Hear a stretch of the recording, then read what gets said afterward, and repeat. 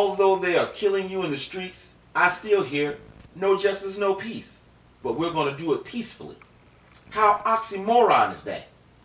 The white man is killing you in the streets while you have your hands up, only selling loose cigarettes, walking through a gated community that you live in, with your hands tied behind your back, as you run away on camera, etc., on a daily basis. Yet you suspend your protests in just 2 days to enjoy Thanksgiving dinner. Yeah, that move convinced them you guys meant business all right. Question: what are you thankful for? That it's not worse? That the white man gave you a job? You can't help but have a family, so there's no need to be thankful for them.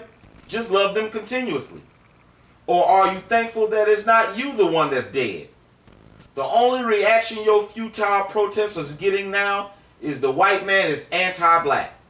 In situations where he once cared less about, he now opposes whatever position blacks are for. Surely you know the Creator is not pleased with his people following up behind the white man. He just can't be. Although my message is strange, it is rooted in wisdom and proven through history. What we must try to grasp and understand is the scriptures plainly state, when he hears our cries of hopelessness, he will act, and not a second sooner. Psalms 50:15, quote, and call upon me in the day of trouble. I will deliver thee, and thou shalt glorify me. Example: it doesn't say save yourself, protest in the street, lift yourselves up by your bootstraps, freedom ride, vote the bombs out, education is the key, etc. Hosea 5:15, quote, I will go and return to my place till they acknowledge their offense and seek my face.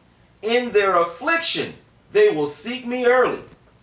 Example: as you can see, the requirements for Yah to act on the behalf of our suffering is for us to repent for all the craziness we are presently doing now and seek Him. Salvation is my prayer, and you giving up worldly hope is the key. Hence, my prayers for hopelessness. This brings me to an idea I had while listening to a story in the Bible that made me cry for some reason. Don't get me wrong, I'm not trying to force Yah's hand by any means, but maybe if we had a nationwide campaign to cry out to Yah, because we know within our hearts there is no hope of a brighter day in Babylon, He will shorten our time of captivity. Yah changed His mind and added 15 years to the king's life and saved the city from the Assyrians, just because the king heard his judgment and turned towards the wall and cried out. That's in 2 Kings 20:6. Yah was going to save the entire cities of the plain if only 10 righteous men could be found within one city of Sodom. When I say cry out, I don't mean a national day, week, month of prayer.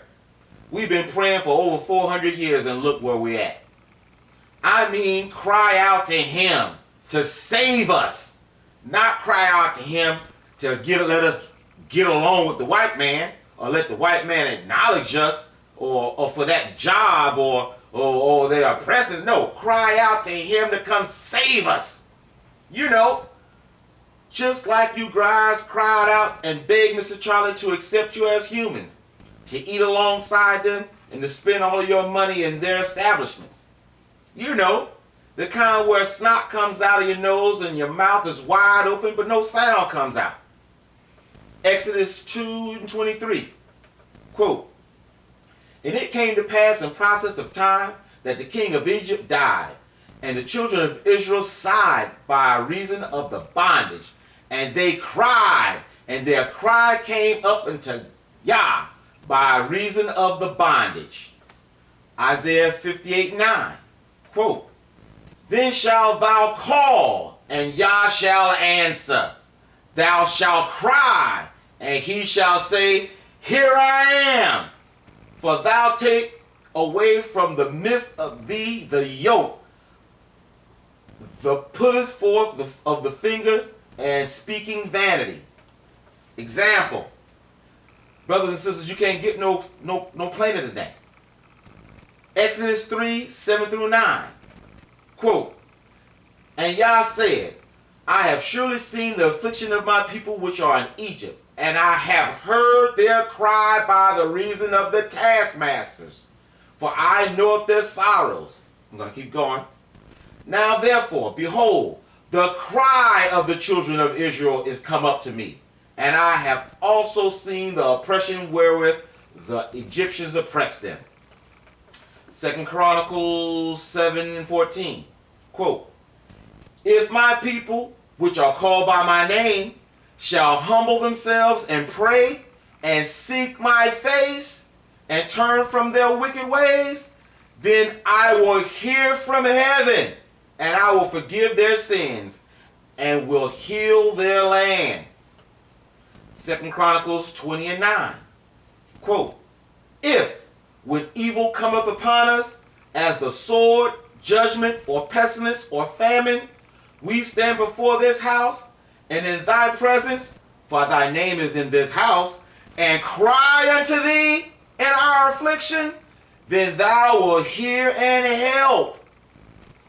Psalms 34:15-17 through 17.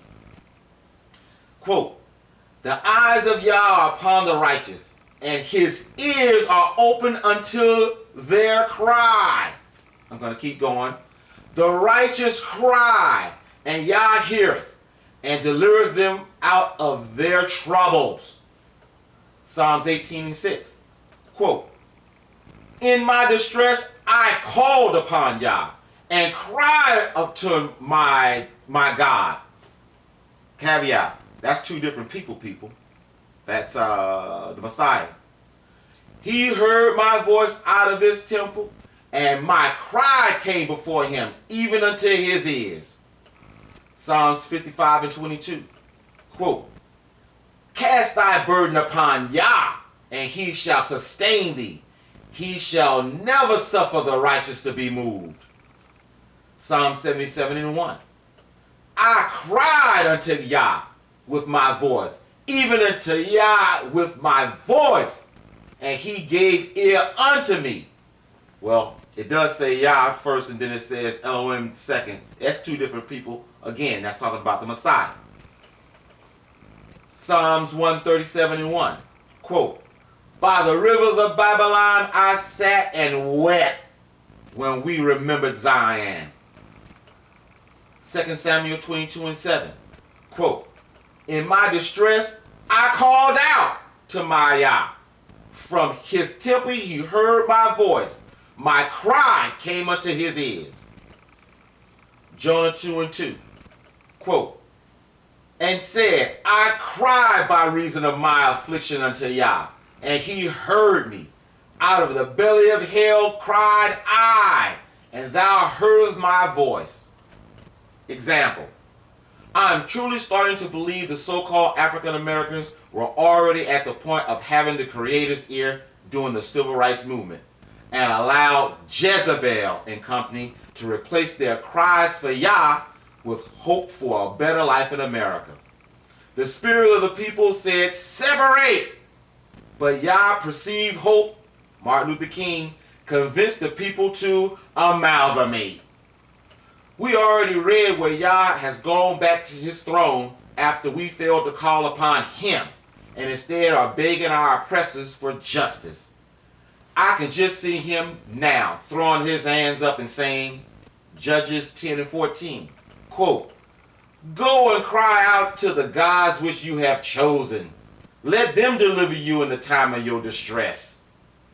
Example, but wait, to further the affliction, after more random killings of black men and boys, you suspend your protest yet again.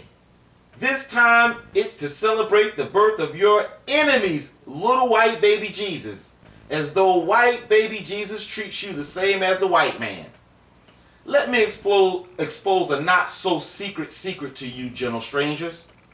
If you dare YouTube or Google, check this now, Jesus was born on 9/11. Watch how quick your eyes fall out of their sockets. When I washed mine off and put them back in, I read and saw noted astrologers and astronomers proved the Bible was correct and that there was a star constellation that was unprecedented and has not happened before on September 11, 3 BC. They call it the Star of Bethlehem. Check it out. In the constellation of Leo, which is the king, there was a star called Regulus, the king star in the constellation of Leo. It's the brightest star in Leo. This is where we get the word regal from. That also crossed the planet Jupiter, which is the king planet, biggest planet in our solar system. On that glorious day in 3 BC, Jupiter lined up with Regulus in the constellation of Leo. King, king, king. Just on the surface and without any research, December 25th sounds fishy. Why? Because it clearly states the shepherds were in the field when the magicians, the magi, was following the star. The harvest is over at the end of August, and the shepherd grazed their sheep until the winter. The winter snow hits in October. There is no way the shepherds would be in the field during the snowy months.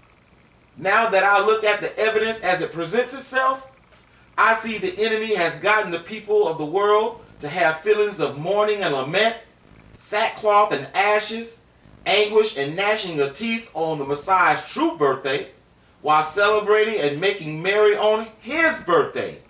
Wow! Evil genius. I am starting to believe our salvation will not come into those who offended Yah and led his people astray during the civil rights movement simply die off. I believe the same thing that applied to the ancient Israelites in the desert, wandered for 40 years and was not able to see the promised land for not putting all of their faith in Yah, is the exact same thing is happening to us now.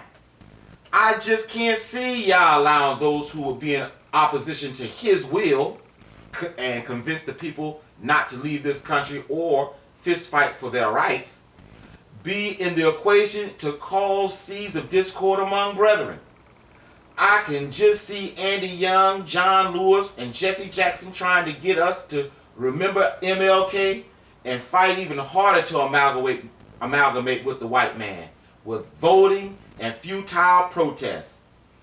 Y'all already knew they were too busy trying to protect their own legacies, so he is letting them have their earthly honors, statues, libraries, and schools named after them now. Any Bible-believing person is already assured everything MLK did or any modern established thought process is false because of what the prophecy says. Jeremiah 16:19. O Yah, my strength and my fortress, and my refuge in the day of affliction. The Gentiles shall come unto thee from the ends of the earth, and shall say, surely our fathers have inherited lies, vanities, and things whereas there is no profit. Example. Did you notice it says Yah, that it is Yah that is their refuge and not the government, voting or etc.? So why are we not crying out to him now? Second, and most importantly, this proves that everything we learn from everyone, ends of the earth, is a great big lie. By saying our fathers have inherited means whatever comes next is a generational understanding of things, a normal way of life in simple terms. By saying vanity, lies, and things whereas there is no profit could only mean lies, vanities, and things with no true profit. MLK and company were a bunch of chitlin-eating, Bible-believing ministers. Some even went to college and got a PhD to study the Bible, who misread and misled an entire nation of people into the hands of the devil, even though they had to have read these verses. Isaiah 51:20, quote, thy sons have fainted. They lie at the heads of the streets as a wild bull in a net. They are full of fury of Yah, the rebuke of thy God. Example. Surely this can't be talking about anyone but the so-called African Americans. Have you ever seen a group of Jew boys hanging out on every corner full of rage? This is also the answer to the billion-dollar question that has crossed everybody's mind at one time or another. What in the hell is wrong with the coloreds? The answer is, it's the rebuke of the Creator, put on his people thousands of years ago. They are thirsty for knowledge, but all they are given in this land of demons are handwritten works of demons. They thirst because their ancients and the present forebears did not train them in the truth, but instead trained them in lies, vanities, and things of no true profit. They are so thirsty, they are being led down a dark path by the droves towards mystic Egypt, Moorism, Nubianism, Islam, with all of them dabbling in the occult in one way or another. I can't really blame them though, because it was Yah who shut their eyes to the truth of the matters and have them groping in the noonday like blind men and drunk with wine, but there is no wine. Isaiah 29, 9 through 14. Quote, stay yourselves and wonder, cry ye out and cry, they that are drunken, but not with wine, they stagger, but not with strong drink. For Yah has poured out upon you the spirit of deep sleep, and has closed your eyes. The prophets and your rulers, the seers have he covered, and the visions of all is become unto you as the words of a book that is sealed, which men deliver one to that is learned, saying, read this, I pray thee. And he said, I cannot, for it is sealed. And the book is delivered to him that is not learned, saying, read this, I pray thee. And he said, I have not learned. Wherefore Yah said, for so much as this people draw near to me with their mouth, and with their lips do honor me, but have removed their hearts far from me, and their fear towards me is taught by the precepts of men. Therefore, behold, I will proceed to do a marvelous work among this people, even a marvelous work, and a wonder. For the wisdom of the wise men shall perish, and the understanding of their prudent man shall be hid. Example, this can't be talking about anyone other than the people we now call African Americans. The Israelis have always been at the top echelon of worldly knowledge. Yah put a marvelous work, even a marvelous work, and a wonder, a deep sleep upon his people, where they will not even understand their own history book. Yeah, even all you educated black giblet-eating preachers, jowl-ingesting politicians, pig meat consuming activists, and double-minded, foaming at the mouth black Hebrew Israelites. All of you slumber in understanding. Your spiritual leaders have beguiled you into taking the rebuke of the Creator and turned it into a perseverance achievement. Now you praise trying to overcome, without Yah's forgiveness, the curses he put upon you. How rebellious is that? How rebellious is that? Think about it. All throughout history, and by all cultures known to man, if the people were ever denigrated to the level blacks have been, the first thing they would have done is petition to their God, not to those who are oppressing them. White people got black people looking at their rebuke from the Creator as an opportunity for triumph. Rebellious, evil genius. Why? Because the enemy knows the requirement for Yah to come to our rescue is for us to acknowledge and cry out to him directly. By making it an achievement, we will strive even harder to amalgamate, thus pushing ourselves even further away from Yah.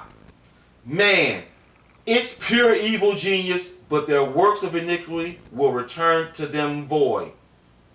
Alas, there will be a day when the thirsty will get their fill of Yah's spirit. When Yah finally fills their thirst with his truth, thus smashing all falsehoods, the youth will not have the baggage of thinking of leaving their deceived families behind. This is the only way I can think of Yah continuing to give the opportunity for them to honor their parents and be his battle axe warriors at the same time. Jeremiah 51:20-21. Quote, "Thou art my battle axe and weapon of war, for with thee I will break in pieces the nation, and with thee I will destroy kingdoms, and with thee I will break in pieces the horse and the rider, and with thee I will break in pieces the chariot and his rider. With thee also I will break in pieces man and woman, and with thee I will break in pieces old and young, and with thee I will break in pieces the young man and the maid. I will also break in pieces with thee the shepherd and his flock, and with thee I will break in pieces the husband and his yoke of oxen, and with thee I will break in pieces captains and rulers." Example. As you can see, you can't be no punk or cheek turner on Team Yah. A warrior has no weakness, and this generation of African Americans are the only people on earth who believe weakness is strength.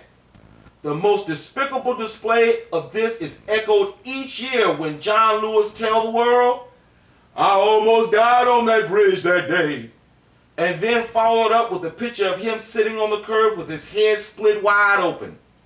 How on earth is this honorable? How much courage and honor does it take to get your head dashed open and do absolutely nothing? Water hoses, dogs, even little children walking up to you and socking you in the face. All that, yet you did nothing but sing, "We shall overcome someday." Who on earth is going to respect that? Fast forward 50 years, Mr. Charlie wants to know if "You Can't Beat Them, Let Them Join Us" program was a success. He waited for the right situation to disrespect you and monitor your reactions. So what did he do? He waited until you niggers went on bended knee asking for a memorial for your fallen hero. One they killed, might I add, alongside their fallen heroes. They simply voted no. What the African Americans did next was the lowest point in their mental and spiritual existence. They showed they were broken and domesticated, and essentially performed the Oscularum infame to the entire world by raising the money themselves and asking if their masters would at least donate the land. How weak of spirit and mind must you be to actually think that breach of decency was a victory? Oh yeah? Oh yeah. You probably want to know what is the Osculum infame is, huh? It means kiss of shame, and is the ritual greeting upon meeting the devil. As the story goes, the witches would kiss the devil's anus at the beginning of the Sabbath, after the devil had read the names of his followers. That is exactly what you guys did. You kissed the white devil's anus. Al Sharpton kissed his anus. Jesse Jackson licked his anus. Andy Young French kissed his anus. John Lewis acts as though he is dating his anus. The committee that thought the best thing was to raise the money rimmed his anus. All the MLK children have fornicated with his anus. Heck, little Dexter even sniffed it first. And who knows, the devil probably kissed his back. All of you who don't see what happened as a barometer of their disrespect for your leader, thus you guys are assholes. If you really want to make a statement without bringing harm to yourself, you got to do what they are doing to you. Use psychops on them. The next protest you have, make sure it's around a large statue of MLK. All of a sudden, everybody topple the statue just like they did with Saddam Hussein. Take your flip-flops off and beat the statue in the head and all. Then simply go home. I can promise you You will have Mr. Charlie's undivided attention at that point. I can see him now, with his eyes the size of coconuts, reaching for the bat phone. I jest, but it's going to take something that will make the enemy think with more than just his might. He has always had the upper hand in the action and is able to control the reaction, but he is helpless if you make him ponder and question. But that is for the next generation to understand. Our parents' generation has gotten their heaven on earth already, but their children's fate has declined each year. This is yet another reason why I think I will never be rich on this side of the wilderness. Why? Because the Creator already knew I would try to make good on my promise and help my people in one fashion or another. I understand now I would have been in opposition to His will of hopelessness by giving you hope in Babylon. Thank you for listening. Look for the next.